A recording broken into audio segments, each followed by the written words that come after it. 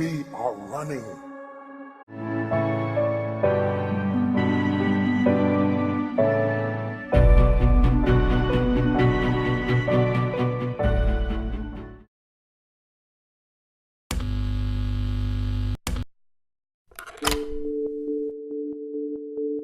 But it's very hard to be in this social media age and this age where we're all trying to prove everything to each other. You cannot Instagram integrity. Out here trying to live saved and be pure. You can't Facebook faithfulness.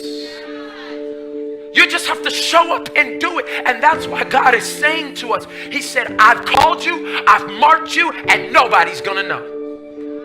I've approved you in private. And this is where we have to get insulated, where we do not let the enemy steal what God has said to us, because everybody's not affirming it. Why do I need man's approval when God's already for me? And I'm just trying to tell you, because this is a hit that knocks a lot of people out. That when everybody's not approving them, like, and when they're passed over and everybody's skipping them for the party, they're like, well, God, I thought you called me. He said, I did. Why are you waiting for somebody who doesn't know their purpose to affirm your purpose?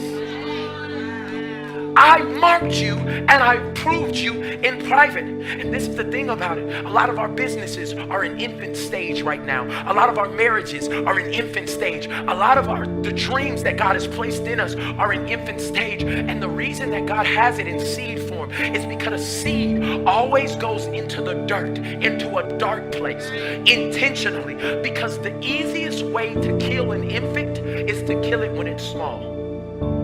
The easiest way to kill your dreams and your purpose is to kill it when it's little.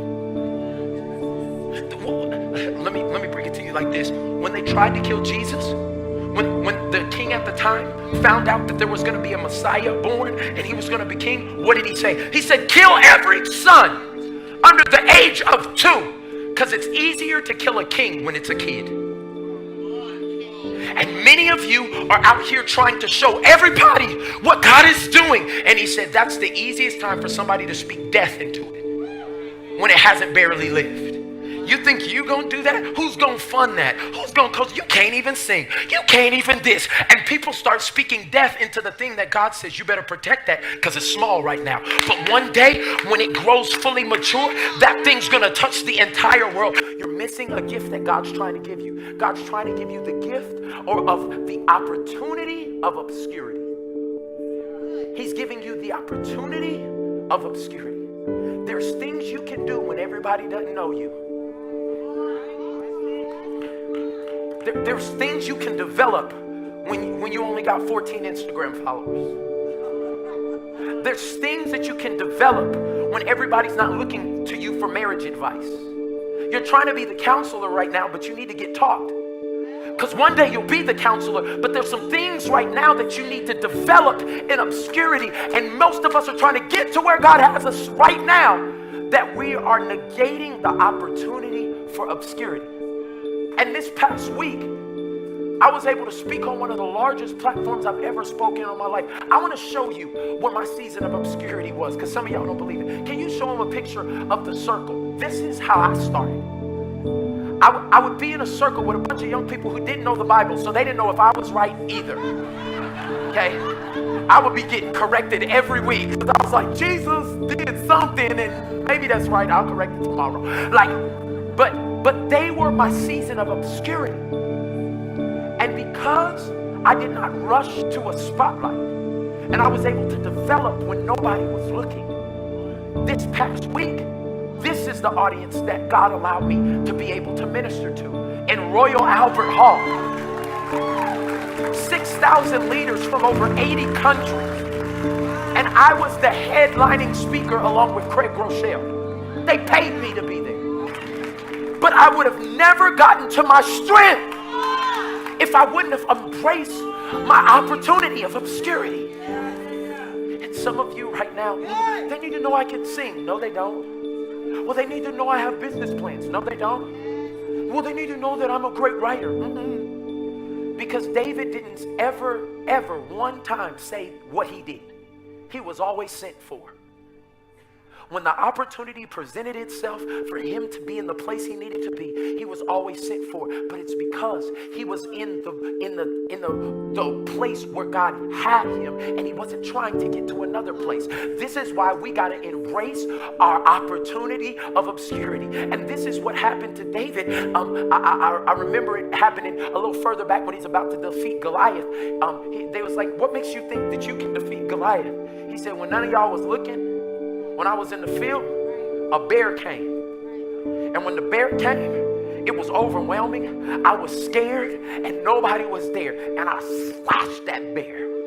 And now I got this bear coat. And he said, and you don't know this, but I got scars from fighting that bear. So you see, I'm not showing everybody because you don't even have to know, because it was in obscurity. And after the bear came, a lion came. And this lion, it was big, it was another obstacle. And nobody saw me. But when the lion came, I slashed him up. And I called him Scar. Look at this rug I got. And so because David took care of his responsibilities in obscurity, when Goliath was standing in front of him on a bigger platform, he said, who is this? I'm about to take him out, because I was able to perfect what was in me when nobody was looking. Your season of obscurity is more important. It's not a punishment, it's a preparation.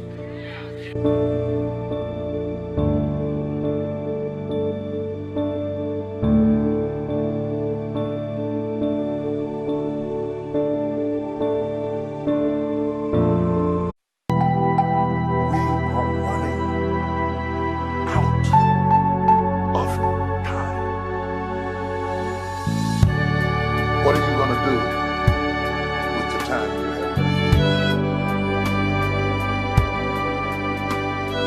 I say that if you don't reposition yourself, you could miss the best time in your life, in this season of life. Because we have got to change the way we think. We have got to change the way we function. We have got to change the way we deal with issues. And the reason that you have to begin to reposition the way you think and the way you function and the way you feel is that we many times are stuck between the lines of limited thinking and limited people and limited ideas and limited philosophies. And there's something creative down inside of you saying, let there